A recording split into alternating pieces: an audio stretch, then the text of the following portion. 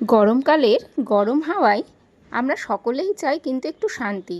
তাই এই গরমের হাত থেকে নিস্তার পেতে যদি বাড়িতেই তৈরি করে নেওয়া যায় এক মুখরোচক একটা আইসক্রিম, তাহলে মন্দ কিসের।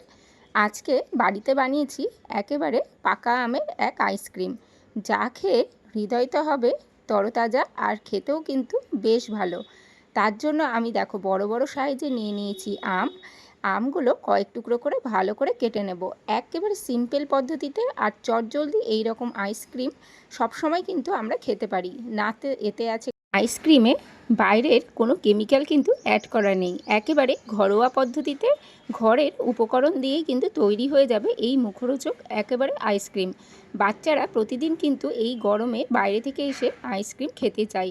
তাই প্রত্যেক দিন বাইরে থেকে আইসক্রিম না কিনে দিয়ে আমরা যদি রেফ্রিজারেটরে এইরকম একটু আইসক্রিম সেট করতে দিয়ে দিই, প্রতিদিন অল্প অল্প করে বাচ্চাদের কিন্তু মন রাখার জন্য এই রকম আইসক্রিম খেতে কিন্তু ভীষণ ভালোবাসবে তারা।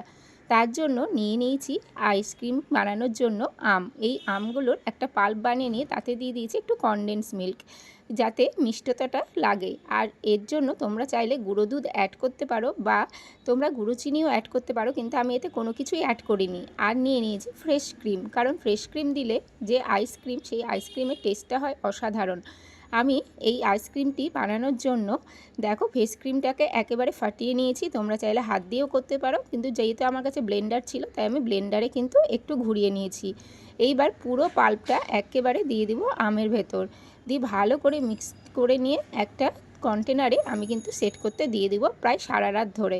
আর এই কন্টেনারটা কিন্তু আমি বাড়িতেই জোগাড় করে নিয়েছি, যেহেতু বাড়িতে আমাদের খেজুর খাওয়া হয়েছিল, সেই খেজুরের কন্টেনারটা কিন্তু আমি রেখে দিয়েছি। এই খেজুরের কন্টেনারেই আমি কিন্তু আজকে আইসক্রিমটা সেট করতে দেব। আর উপর থেকে ছড়িয়ে দিয়েছি কিছু বাদাম, কাঠবাদাম, আর একটুখানি দিয়ে দিয়েছি আমের পাল্প, যা আমি আগে থেকে একটু আগে সরিয়ে রেখেছিলাম।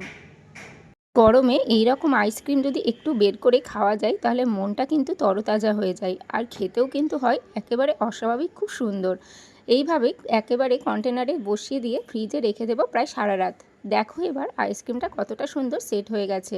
আমার কিন্তু আইসক্রিম একেবারে রেডি, না কোনো চটজলদি, আর একেবারে সুস্বাদু, আর খুব কম উপকরণ দিয়েই কিন্তু তৈরি হয়ে গেছে আমার এই সুস্বাদু আমের আইসক্রিম।